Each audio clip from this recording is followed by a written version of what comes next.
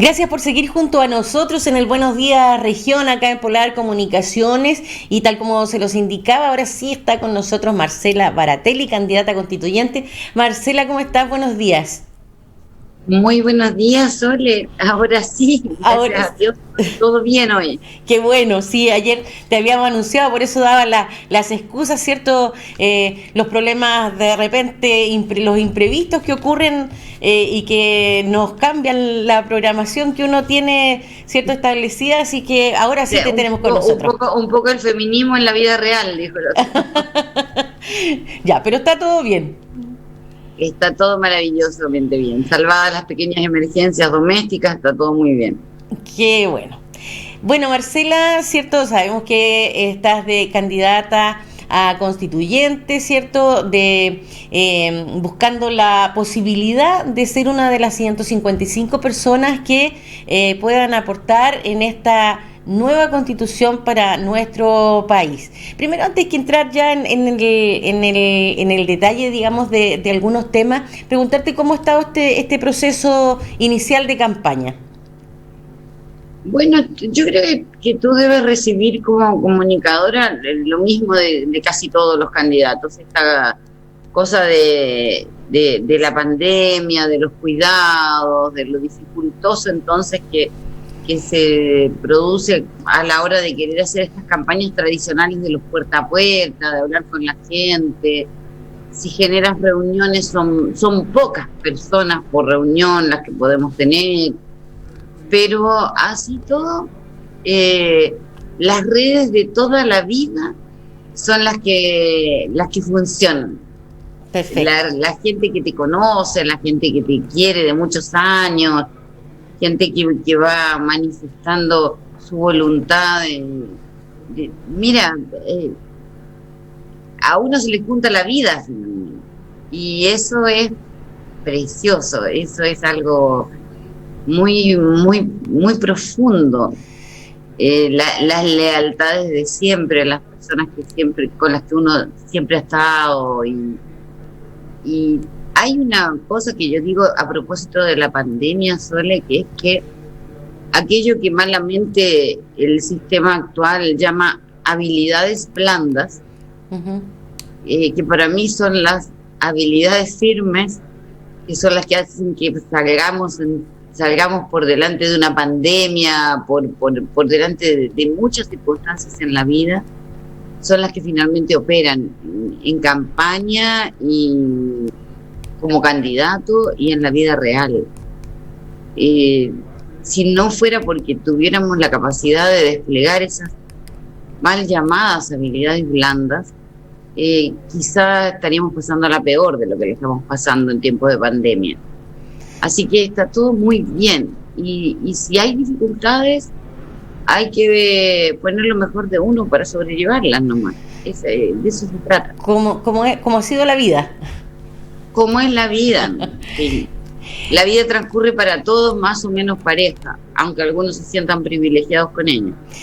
Marcela, bueno, mira, todos los candidatos y candidatas, no he escuchado a ninguno que no lo diga, que mencionan los derechos sociales como algo prioritario de garantizar en la Constitución, el derecho a salud, educación, trabajo, vivienda.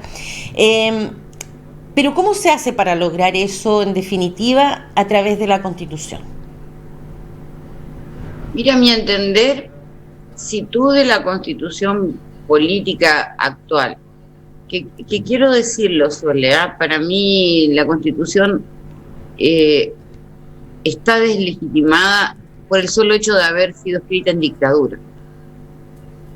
Por más modificaciones que le hayan puesto luego, no me interesan las modificaciones que se le ponen a una Constitución espuria nacida en dictadura, en tiempos democráticos, entre comillas. O sea, yo sinceramente creo que la Constitución hay que cambiarla porque Chile se merece una Constitución legítima.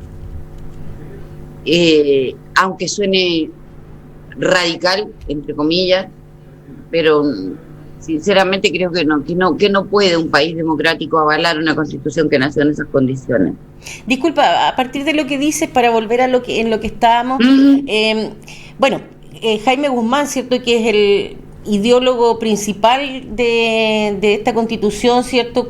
Y que ha sido catalogado también por algunos como el temible jurista del pinochetismo, concibió esta Constitución de 1980 con una especie de cerrojo, ¿cierto?, para evitar cambios futuros.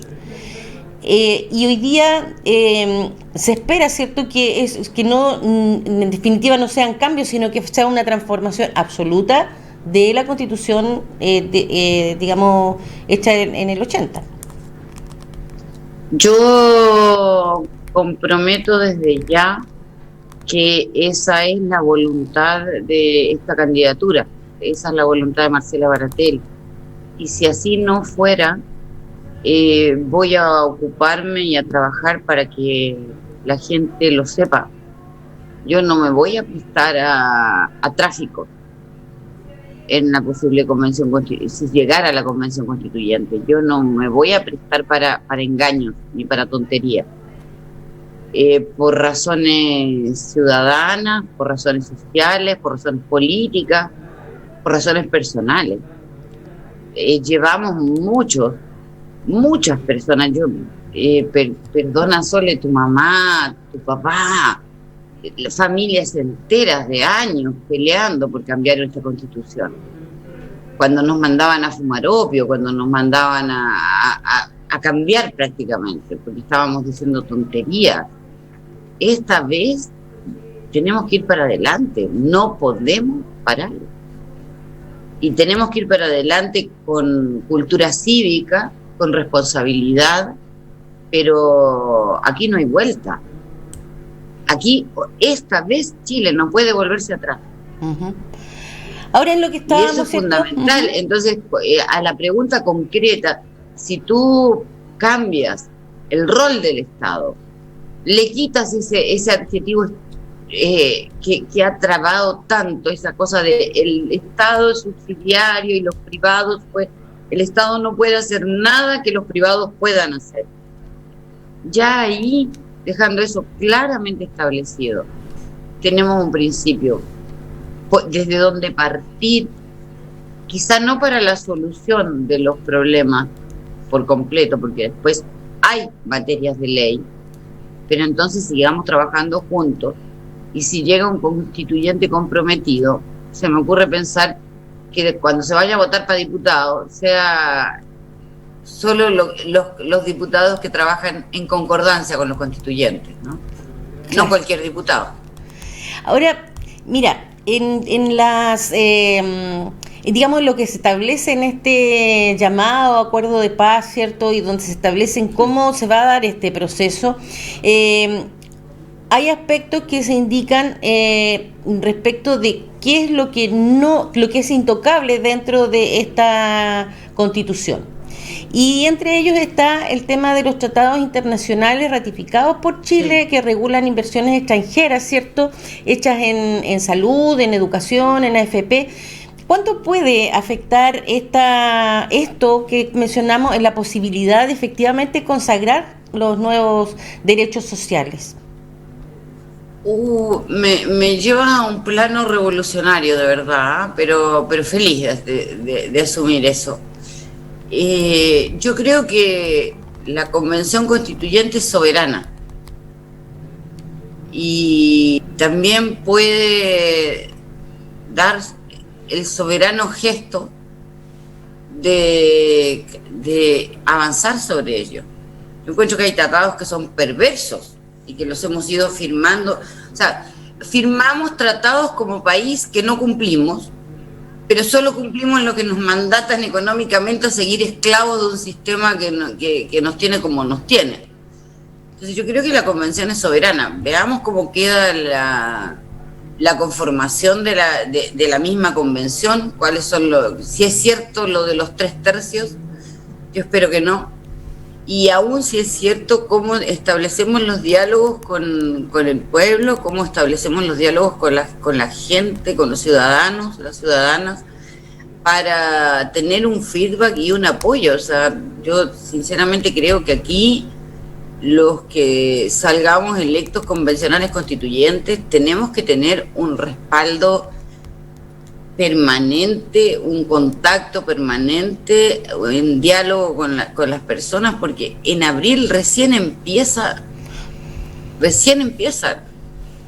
no termina, y vamos a por todo lo que tú dices. O sea, yo en lo personal, si viera que hay un solo atisbo de volver a amañar las circunstancias para hacer como que todo cambia sin que nada cambie, voy a ser la primera en decirlo.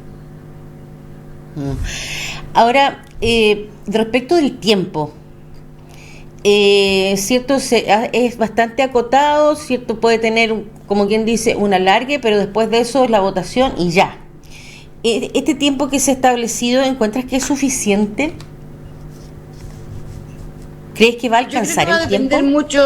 Yo creo que va a depender mucho del reglamento que se dé la Convención Constituyente para funcionar. Hay que ver qué pasa con eso. Que es algo que lo primero que van a tener que definir, además. Sí, pues es lo primero que hay que definir. Espero que se avance además en términos de transparencia, de funcionar de manera transparente, salvando hasta los cafés que te tomes en los intertiempos por un tema de conflictos de intereses, porque van a ser conflictos de intereses gigantes los que se van a enfrentar allí. Y yo creo que si tú nos escuchas a los candidatos, cosa que a la gente debe estar como aburrida, hoy casi todos estamos diciendo lo mismo. Casi todos estamos diciendo que tenemos que garantizar derechos, que el Estado tiene que dejar de ser subsidiario. No lo he escuchado tanto, pero casi. Son insinuaciones acerca del rol del Estado.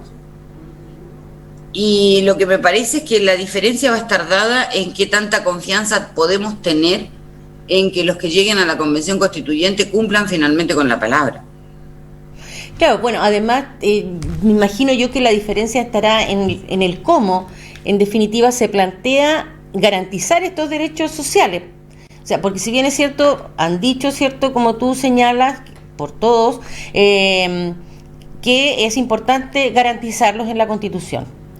Pero ¿cómo los garantizamos? Y yo creo que ahí es donde está el punto de quiebre y de diferencia. Yo creo, fíjate, que si tú quitas este perverso rol subsidiario, que desde que estamos en democracia lo único que ha hecho ha sido privatizar la ejecución del Estado en términos de derechos a lo largo y a lo ancho del espectro, ¿eh? Piensa en las atenciones del Servicio Nacional de Menores, piensa en términos de salud, piensa en términos de educación. O sea, yo parto de la premisa de que el Estado somos todos y no pueden haber platas del Estado que vayan, no puede haber plata de todas y de todos que vayan a subvencionar servicios de privados. Uh-huh. Lo siento, y sí tiene que haber libertad. El que quiera, no sé, llevar a sus niños a un colegio particular, qué bueno, pero que lo pague. No, eso no se puede financiar con plata del Estado. Bueno, digamos que el Estado subsidiario, ¿cierto?, es un Estado que hace lo que los privados no hacen. Y un Estado garante hace, digamos, mucho más que los privados. En ese sentido, si pudiera, bueno, ya los has adelantado un poco, ¿cierto?, el tipo de Estado al que tú apuestas. Yo apuesto a un Estado moderno, apuesto a un Estado que más que crecer, esto lo digo por la caricatura que se suele hacer de las personas que manifiestan esto de un Estado, ¿no? O sea, yo no apuesto a un Estado gigante, anquilosado, lento, no, apuesto a algo, yo creo que con lo mismo que hay hoy, pero moderno, eficiente, ágil. Pero acá hay un tema en el foco es que el Estado tiene que servir a los ciudadanos, tiene que estar a disposición de los ciudadanos y las ciudadanas, no puede estar al servicio de los privados para ver cuál es el punto de negocio que se abre. Fíjate, incluso en el tema de la vivienda, cómo se ha ido perdiendo el rol del Estado en la ejecución de los programas de viviendas sociales, al punto que hay varias empresas privadas que han ido creciendo generando viviendas sociales. ¿Cuál es el rol de fiscalización que hay respecto de la calidad de las viviendas sociales que se están entregando? El otro día alguien me envía una foto por WhatsApp de unas viviendas que se están por instalar en Punta Arenas. Son cajitas de fósforos, ni siquiera son cajas de zapatos, son cajas de fósforos. ¿Quién fiscaliza eso? ¿Por qué no decimos de verdad que ante la falta de fiscalización, de estándares de calidad, simplemente los privados no se autorregulan, el mercado no se autorregula? Eso ha sido una perversidad completa por 20, 30 años, y cada vez que hay un nicho de negocio, una oportunidad de negocio, se avanza sobre el negocio. Ahora, respecto de la definición de los conceptos, en el fondo, de cómo se abordan en la Constitución, por ejemplo, cuando se habla de ciudadanos, ¿cierto? Hablamos de personas mayores de 18 años que no tengan no hayan sido condenados a una pena aflictiva, y que en definitiva eso le otorga el derecho a sufragio y optar a cargos de responsabilidad pública o de elección popular, por ejemplo. En ese sentido, Marcela, ¿tú crees que es una oportunidad o sería bueno hacerlo, digamos, por ejemplo, que en esta categoría de ciudadanos entren menores de 18 años? Sí, yo creo que debiéramos estar en el umbral de los 16, pero debiéramos estar en el umbral también del voto obligatorio, por ejemplo. Volver al voto obligatorio. Yo creo, es algo que es antipopular, ¿eh? Porque se supone que se está pretendiendo imponer y que la ciudadanía tendría que resolver bajo libre voluntad el estar o no con voto voluntario. Pero creo que quizá cuando aquello se promovió, no sé si estábamos listos como ciudadanía para ejercer esa responsabilidad. Creo que a veces, por lo menos por una pestañita de tiempo, el reclamar todos estos derechos llaman a que los ciudadanos tengamos un deber mínimo, que es el ir a votar, los días que tenemos que votar, las elecciones que tenemos por delante. Incluso con el tema constitucional. ¿Tú te imaginas lo que pudiera significar una convención constituyente que finalmente sea refrendada con un 20 y tantos % de votos? Claro, efectivamente la representatividad, por una parte cuando eliges autoridades o representantes, y por otro lado en lo que tú planteas, claro, es atroz. Pero por supuesto, entonces, si estamos reclamando los derechos, estamos reclamando todo lo que queremos reclamarle al Estado como ciudadanos en buena ley, simplemente tenemos que cumplir con cánones mínimos de lo que significa ser ciudadano, de pasajeros de la nave que se llama Chile, ¿no? Ahora, pasando a otro tema, en relación a los pueblos originarios, que también es algo que se ha mencionado bastante en el último tiempo, y hay quienes hablan del reconocimiento de la autonomía de los pueblos originarios. ¿Qué piensas tú al respecto? Mira, yo creo que, o sea, en la plataforma de la misma candidatura está claro que tenemos, como todos los hemos pronunciado, el reconocimiento a que Chile es un país plurinacional, que debiera ser expreso. Y luego no fui yo sino en interacción con otros candidatos, un amigo, un compañero del norte dice: ¿y por qué somos nosotros los que tenemos que decirles a los Winca qué es lo que los pueblos originarios quieren para ellos mismos?